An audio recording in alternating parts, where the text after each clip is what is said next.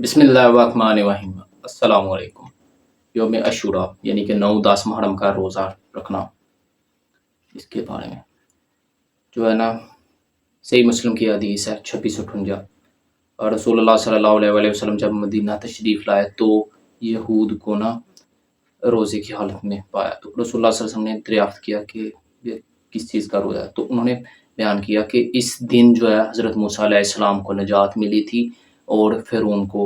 اور اس کے جو بھی چاہنے والے تھے وہ گڑک ہوئے تھے۔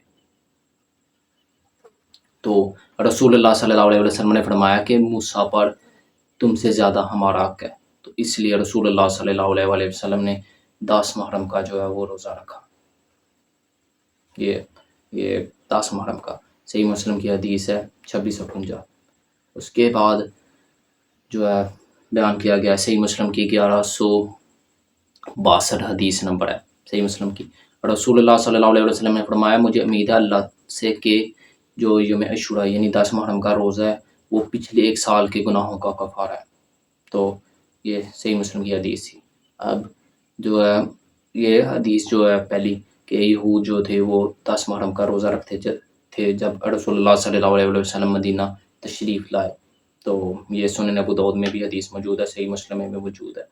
کہ پھر رسول اللہ صلی اللہ علیہ وسلم نے ان سے دریافت کیا کہ یہ تم کیوں رکھتے ہو، تو انہوں نے کہا کہ موسیٰ کو اس دن نجات ملی تھی، تو رسول اللہ صلی اللہ علیہ وسلم نے فرمایا کہ موسیٰ پر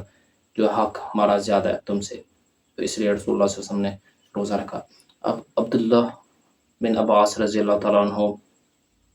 صحیح بخاری کی حدیث ہے 2004۔ حضرت عبداللہ بن عباس رضی اللہ تعالیٰ عنہ بیان کرتے ہیں کہ میں نے رسول اللہ صلی اللہ علیہ وسلم کو نہیں دیکھا کہ عاشورہ کے دن کے سوا کسی دن کو اور رمضان کے سوا کسی مہینے کو افضل جان کر اس کے روزوں کا اہتمام کیا ہو، یعنی کہ یوم عاشورہ اور رمضان کے بعد جو روزوں کو اہمیت دی گئی ہے وہ یوم عاشورہ یعنی کہ 9-10 محرم کا۔ اور اگلی حدیث ہے کہ صحیح مسلم کی رسول اللہ صلی اللہ علیہ وسلم نے نا 9-10 محرم کا یہ روزے کا کہا ہے اور خود بھی رکھا ہے، خود 10 کا رکھا ہے، اور رسول اللہ صلی اللہ علیہ وسلم نے فرمایا کہ اگلے سال انشاءاللہ اللہ نے چاہا تو جو ہے 9 محرم کا بھی روزہ رکھائیں گے، کیونکہ اس کے متعلق صحابہ نے کیا کہ رسول اللہ صلی اللہ علیہ وسلم اس کے جو ہے یہود و نصارہ کے ساتھ رسول اللہ صلی اللہ علیہ وسلم نے ہر وہ کام الٹ کرنے کو کہا جو ان کے ساتھ ریسیمبل ہو رہا ہوگا، کیوں وہ 10 کا رکھتے تھے، صرف 10 کا، تو اس لیے رسول اللہ صلی اللہ علیہ وسلم نے فرمایا کہ ہم انشاءاللہ جو اگلا سال آئے گا نا تو اس میں جو ہے 9 محرم کا بھی روزہ رکھیں گے۔ صحابہ نے کہا کہ ان کے ساتھ جو ہے تنظیم ہو جائے گی، یعنی کہ وہ سیم ہو جائے گا، تو اس کے لیے رسول اللہ صلی اللہ علیہ وسلم نے کہا کہ ہم 9 محرم کا بھی روزہ رکھیں گے۔ اس لیے یوم عاشورہ یہ 2 دن بنتے ہیں، 9 محرم اور 10 محرم۔ اور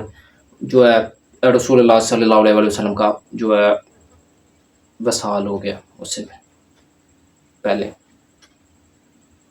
اگلے سال آنے سے پہلے رسول اللہ صلی اللہ علیہ وسلم کا انتقال ہو گیا، تو یہ 9 کا بھی رکھنا ہے اور 10 کا بھی، یہ یوم عاشورہ بنتا ہے۔ رسول اللہ صلی اللہ علیہ وسلم نے 10 محرم کا روزہ رکھا ہو، تو روزہ رکھیں اس کو۔ جزاک اللہ۔